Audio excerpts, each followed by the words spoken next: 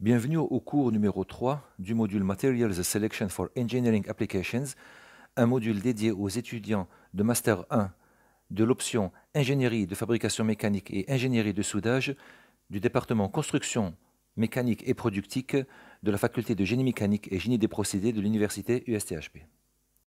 Nous allons nous intéresser dans ce cours à l'étude des abacs de HB, ou si vous voulez, des graphes de HB dans lesquels sont exposées les distributions des propriétés générales des matériaux. Dans ces abacs, les matériaux sont classés selon leur famille. Nous avons donc les métaux, nous avons les polymères, nous avons les céramiques, ainsi que les composites. L'idée proposée par HB étant de rassembler tous les matériaux dans un seul graphe. Pour cela, il a utilisé un graphe dont les axes sont logarithmiques, donc un axe des x logarithmique et un axe des y logarithmique. Pourquoi? Pour la simple raison qu'il a voulu rassembler tous les matériaux et que si nous avons adopté un axe orthonormé, une page n'aurait pas suffi. Le but de rassembler toutes les familles des matériaux dans un seul graphe est de choisir tous les matériaux qui vont satisfaire un objectif donné. Soit, si le but à atteindre est précis, quels seront les matériaux, quelle que soit leur famille, quels seront les matériaux qui vont satisfaire l'objectif choisi. Alors, généralement, une courbe ou un graphe de HB se présente ainsi. Vous avez les matériaux dans une seule famille, par exemple les polymères qui se rassemblent dans une seule bulle, et vous pouvez même avoir plusieurs bulles, telles que dans le cas des métaux et des céramiques techniques, Metals and Technical Ceramics, qui peuvent avoir une intersection, soit des propriétés communes. Alors là, nous avons représenté l'évolution du module de Young, E, en fonction de la densité, ρ, pour tous les matériaux disponibles, plus précisément pour les familles des matériaux, et ces courbes vont nous aider à choisir parmi tous ces matériaux quels seront les matériaux qui auront la propriété choisie. Alors en général, quand on dira propriété, on ne parlera pas que d'une seule propriété, mais on verra souvent qu'il s'agira d'un rapport de propriété, par exemple tel que E sur ρ, donc quels sont les matériaux qui auront la propriété E sur ρ, c'est-à-dire un module de Young spécifique. Vous verrez qu'en construction mécanique, il ne s'agit pas seulement d'avoir une propriété donnée, mais très souvent, on parlera d'une propriété par rapport à une autre. C'est-à-dire, dans le cas, par exemple, d'une résistance à la traction, une résistance à la rupture, ce qui nous intéressera, ce sera cette résistance par rapport à la masse globale du matériau. Prenons l'exemple par exemple de la construction automobile, on s'intéresse aujourd'hui à l'autonomie, c'est-à-dire à la distance que pourra parcourir un véhicule avec un seul plein de réservoir. Si ce véhicule est très lourd, vous êtes conscient que la distance parcourue avec un seul plein sera nettement inférieure par rapport à un véhicule très léger ayant la même quantité de carburant. Alors pour arriver à ce but, pourquoi ne pas alléger le véhicule en utilisant des matériaux légers d'une part, mais en même temps offrant la même propriété? Ce qui va nous intéresser en construction mécanique et surtout en construction mécanique dédiée au transport aérien, transport maritime, transport sur route, ce qui va nous intéresser, c'est la propriété spécifique, soit par exemple la résistance spécifique, la résistance par rapport à la masse, par rapport à la densité. Si un matériau donné est léger et a une même résistance spécifique qu'un matériau beaucoup plus lourd, pourquoi ne pas utiliser ce matériau léger? Et là, nous gagnons en masse, nous gagnons en autonomie. Ce sera donc le but visé dans ce cours. On nous demande, à titre d'exemple, de tracer sur la courbe de HB précédente, celle où le module de Young, E, évoluait en fonction de la densité pour toutes les classes des matériaux. Traçons sur cette courbe les droites E sur ρ. Racine carrée de E sur ρ. Racine cubique de E sur ρ. Pour cela, prenons la courbe de HB, évolution du module de Young en fonction de la densité. On nous demande de tracer la courbe E sur ρ, donc évolution du module de Young en fonction de la densité. Je vous rappelle que nous sommes dans un graphe logarithmique, c'est-à-dire les axes x, y sont logarithmiques. Pour pouvoir tracer la courbe E sur ρ, nous devons convertir l'équation m égale à E sur ρ, m étant la propriété à tracer, m égale à E sur ρ. Pour tracer cette courbe, nous devons convertir cette équation en logarithme, soit m égale à E sur ρ, log de m égale à log de E sur ρ, égale à log de E moins log de ρ, propriété de la fonction logarithmique pour un rapport x sur y. Soit maintenant en isolant E, nous aurons log de E égale à log de ρ moins log de m. Ceci est équivalent à écrire, par changement de variable, que grand Y, qui est égal à log de E, égale à grand X, égale à log de ρ, plus une constante. Donc c'est comme si nous allons dans un graphe log-log tracer la courbe de la fonction affine y égale à ax plus b. Reprenons maintenant notre courbe de HB, celle où le module de Young E évolue en fonction de la densité ρ pour toutes les classes des matériaux. J'ai écrit ici mon équation log de E égale log de ρ moins log de m étant une constante. En couleur, j'aurai en bleu log de ρ, soit le fameux grand X, log de ρ en bleu, qui détermine ici, sur le graphe, un intervalle entre 1 et 10. Là, je vous rappelle que nous sommes en axe logarithmique, donc sur une décade 1 jusqu'à 10. En bleu, le log de E, soit le grand Y en rouge, évoluera d'une décade entre 10 puissance moins 3 et 10 puissance moins 2, tel qu'illustré sur le graphe. Donc la propriété E sur ρ se convertit en logarithme, en log de E égale à log de ρ plus une constante, que graphiquement nous aurons une décade en abscisse et une décade en ordonnée. Ce qui donnera la fameuse courbe E sur ρ sur la courbe de HB logarithmique qui va délimiter, dans la courbe de HB ou dans l'abac de HB, va délimiter l'ensemble des matériaux qui vont satisfaire la condition. Nous avons tracé ainsi la courbe E sur ρ dans l'abac de HB. Passons maintenant à la seconde propriété, soit m' égale à racine carrée de E sur ρ. Nous allons procéder avec la même méthode utilisée précédemment, c'est-à-dire démontrer analytiquement l'évolution de m' et par la suite tracer la courbe sur l'abac de HB. Alors, comme précédemment, nous pouvons dire que dans notre cas ici, m' égale à racine carrée de E sur ρ. En convertissant le tout en logarithme, nous aurons logarithme de m' égale à logarithme de racine carrée de E sur ρ, qui est égal à, en utilisant la propriété de la fonction logarithmique pour un rapport, égal à logarithme de racine de E moins logarithme de ρ. Ce qui aboutira finalement à une équation de type ax plus b, donc une fonction affine, où nous aurons logarithme de E égale à 2 fois cette fois-ci le logarithme de ρ plus une constante. C'est-à-dire que maintenant, graphiquement, comme précédemment, traçons log de E égale à 2 fois logarithme de ρ, toujours avec des couleurs pour rendre le schéma plus clair.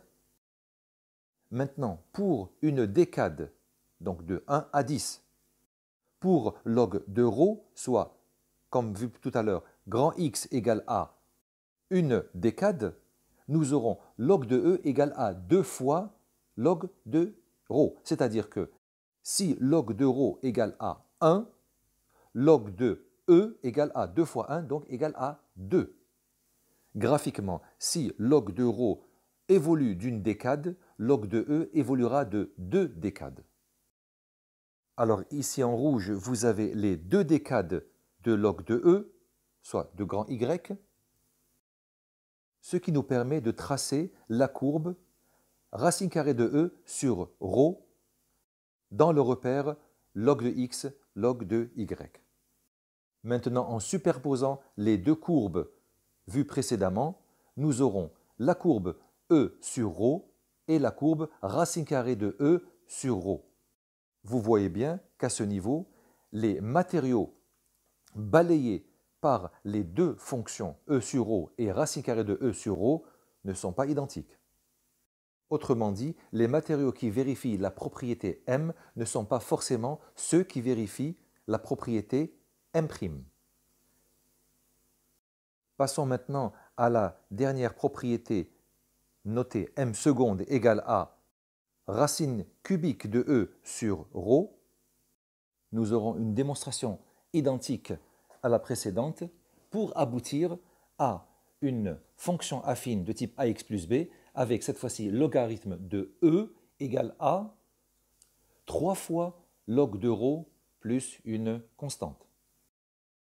C'est-à-dire que maintenant, pour une évolution de log de ρ égale à une décade, nous aurons le log de E qui évoluera en 3 décades, tel qu'illustré en rouge sur la courbe de HB. Et finalement, en vert, nous traçons la courbe du paramètre M seconde, ou la propriété M seconde, qui est celle où évolue le rapport racine cubique de E sur ρ. Et maintenant, la réponse à la question précédente de tracer les 3 courbes sur un même graphe aboutit au résultat que vous voyez devant vous, dans lequel j'ai fait passer les 3 courbes par un point de coordonnées 10, 10 puissance moins 2.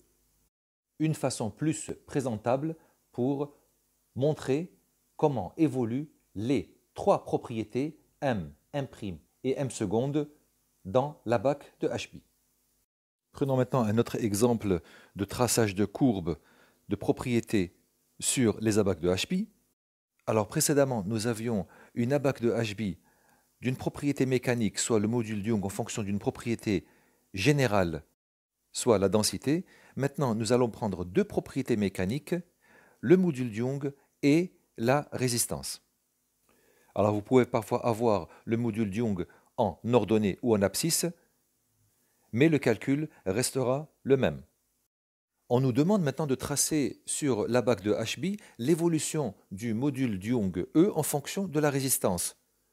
Pour cela, traçons 3 droites, soit sigma sur E, sigma au carré sur E et sigma exposant 3 demi sur E. Je vous invite à établir la démonstration analytique comme vu précédemment pour aboutir sur l'abac de HB E en fonction de la résistance sigma, F, c'est-à-dire sigma failure, rupture en anglais, aux 3 droites avec le même jeu de décades en X et en Y. Ici, pour un souci d'esthétique, j'ai fait passer les 3 droites par un point commun. Passons maintenant à une étude de cas où nous allons voir comment nous utilisons les abacs de HB pour décider lequel ou lesquels des matériaux vont satisfaire les objectifs à atteindre. Alors nous nous imaginons dans un bureau d'études où des ingénieurs vont décider à partir du cahier des charges lesquels des matériaux seront utilisés pour réaliser le projet. À propos de projet, nous avons le projet ci-contre où il est question de faire un design d'une table pouvant supporter des charges. Cette table qui est en vert, qui est une condition, une constante, est portée par 4 pieds. Les pieds doivent être solides, aussi légers que possible, pour faciliter les déplacements de la table.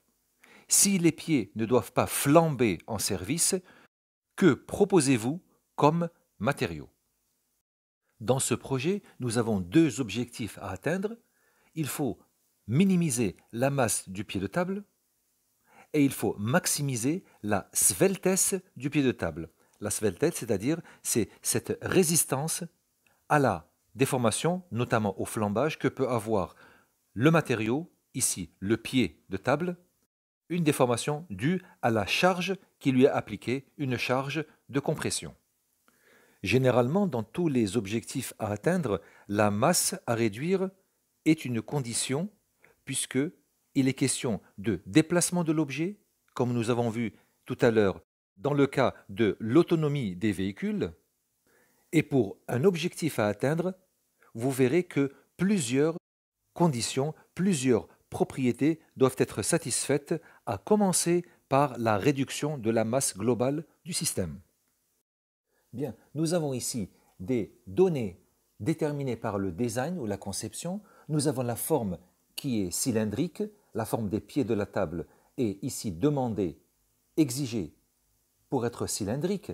Nous aurions pu également proposer des pieds de section carrée, de section tubulaire, tube plein ou tube creux, mais ici, le client a exigé une forme cylindrique des pieds. Une forme cylindrique, c'est-à-dire une forme qui a un rayon, et c'est ce rayon qui va intervenir dans la sveltesse, c'est-à-dire la résistance au flambage lorsqu'il y aura une compression. Cette sveltesse qui devait être maximisée, ou, si vous voulez, quel est le rayon le plus faible qui pourra supporter la charge donnée. Alors, cette charge est une charge qui est donnée dans les cahiers des charges. C'est une charge, c'est un poids ou une masse, telle que la masse d'un téléviseur, et en même temps la longueur grand L qui doit être fixée par le cahier des charges. Nous ne pouvons avoir une longueur L infinie comme nous ne pouvons avoir une longueur L très basse. Le module Young est également une condition. Je vous rappelle que le module Young est une propriété intrinsèque du matériau, le module Young des céramiques étant très élevé, tandis que le module Young des polymères est très faible.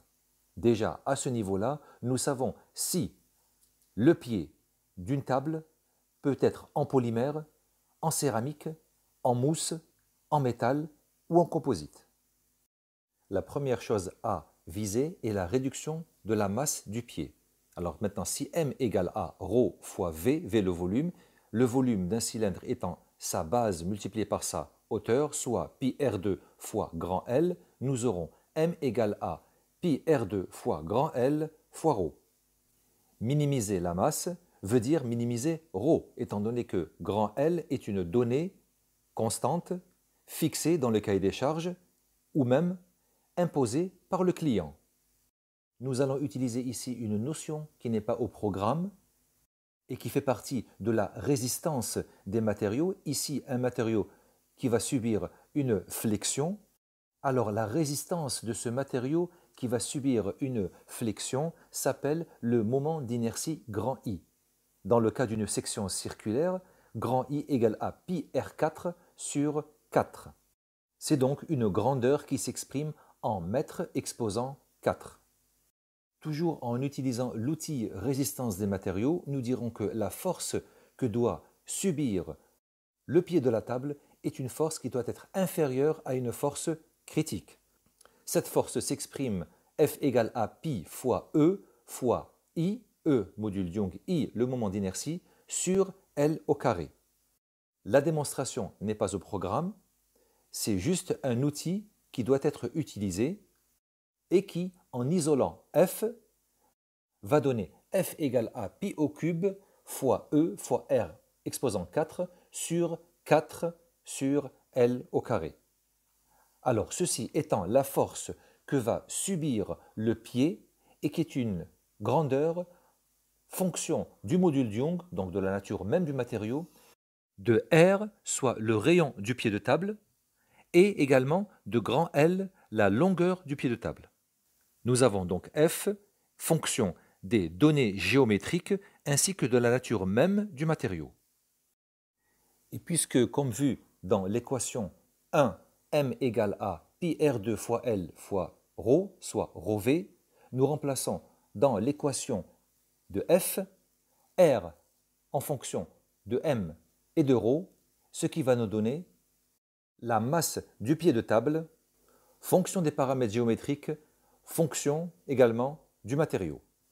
Alors, juste en isolant les données qui sont données dans le cahier des charges et les propriétés, nous obtenons ici le premier indice de performance, un indice qui va nous aider à choisir le matériau ou les matériaux parmi tant d'autres.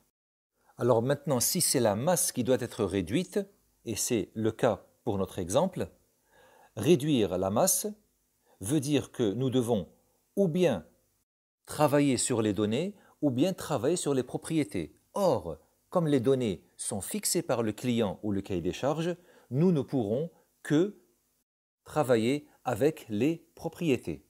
Maintenant, réduire la masse veut dire réduire le paramètre ρ sur racine de E ou bien maximiser son inverse, c'est-à-dire racine de E sur ρ. Et voici le second indice de performance, M2 égale à racine de E sur ρ. En reprenant juste l'équation qui relie F aux paramètres géométriques ainsi qu'aux matériaux, soit pi au cube fois E fois R exposant 4 sur L au carré, en isolant R, le rayon de la table, nous aurons une expression de R fonction de la charge F appliquée, qui est une donnée, en fonction de L, qui est également une donnée imposée par le cahier des charges ou par le client, et également R est fonction de 1 sur E exposant 1 sur 4, soit racine indice 4 de 1 sur E. D'où le troisième indice de performance, M3, qui dit que pour minimiser R, je dois minimiser 1 sur E, soit maximiser E. Maintenant que nous savons dessiner les courbes dans les abaques de HB, je vais juste superposer sur la bague de HB les deux indices de performance, soit E et racine de E sur ρ. Obtenu précédemment dans cette étude, la méthode utilisée ici est la méthode que nous avons déjà utilisée en début du cours lorsque nous avons superposé plusieurs courbes sur le même graphe de HB. Maintenant, comme ce sont deux indices de performance à maximiser, soit maximiser E et maximiser racine de E sur ρ, nous savons que E est une droite horizontale parallèle à l'axe des X.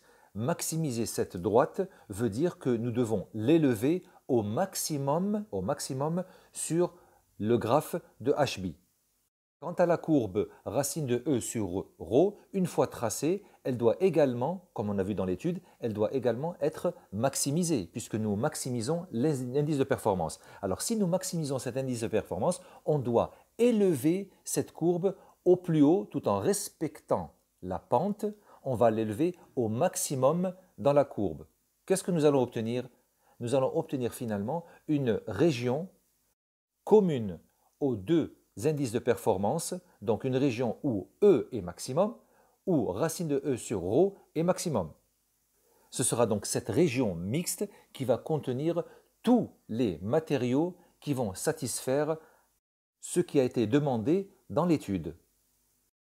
Alors parmi ces matériaux, nous avons woods, c'est-à-dire les bois, qui pour l'indice de performance M2 va se situer entre 5 et 8, M2 égale à E, et pour l'indice de performance M3 égale à racine de E sur ρ, nous aurons les indices de performance compris entre 4 et 20. Ces résultats sont obtenus en choisissant dans la catégorie bois un matériau dont le module de Young est donné dans le graphe. Même chose pour le cas M3 où nous avons racine carrée de E sur ρ, racine carrée de E, la racine carrée du module de Young sur la densité qui sont également données dans le graphe de HB. Ce sont ces données puisées du graphe de HB qui nous ont permis de calculer M2 et M3. La même observation est faite pour d'autres matériaux, ici dans le cas le CFRP, c'est-à-dire un composite à matrice polymère renforcée par des fibres de carbone, en anglais Graphite Fiber Reinforced Polymer. Un autre composite, le GFRP, Graphite Fiber Reinforced Polymer, donc un composite à matrice polymère renforcé par des fibres de graphite cette fois-ci, et également les céramiques. Alors ici, dans les commentaires, c'est ce qui est intéressant pour tout ingénieur, c'est de citer les matériaux et de les comparer entre eux. Maintenant, tout dépend du cahier des charges ainsi que du client. Nous, en tant qu'ingénieurs, nous devons citer l'ensemble des matériaux qui vont satisfaire les conditions, mais en même temps, ne pas oublier de mettre un commentaire en annexe pour critiquer notre travail. Dans le cas du bois, nous avons les paramètres de performance M2 fort et M3 faible. Nous avons dans le cas des composites CFRP le paramètre M2, le module Young, étant élevé, ainsi que l'indice de performance M3 égale la racine de E sur ρ, comme vu sur le graphe de HB, qui est assez élevé. D'un autre côté, nous avons dans le cas des GFRP, nous avons, comme vu dans le graphe, le paramètre M2 et le paramètre M3 qui sont faibles. Tandis que dans le cas des céramiques, M2 et M3 sont élevés. Maintenant, pour finir l'étude, il faudra également mentionner certains aspects des matériaux choisis. Les bois, c'est vrai, ils ne sont pas chers et c'est assez populaire de fabriquer des pieds en bois. Maintenant, pourquoi ne pas, comme dans le cas du design d'innovation, pourquoi ne pas fabriquer des pieds en composite? Dépendamment du client, si le client exige des matériaux nouveaux, des matériaux innovants, l'option introduction du CFRP comme alternative au pied de table va changer le prix du projet. Finalement, dans le cas des céramiques, des pieds de table en céramique sont déconseillés étant donné que la céramique est un matériau fragile. Pourquoi? Parce que la céramique est un matériau contenant des pores, c'est un matériau poreux et un pore est une concentration de contrainte, une zone où la contrainte peut provoquer une fragilisation de la structure. Prenons maintenant l'exemple du ressort. Un ressort est un matériau qui est capable d'emmagasiner le maximum d'énergie élastique.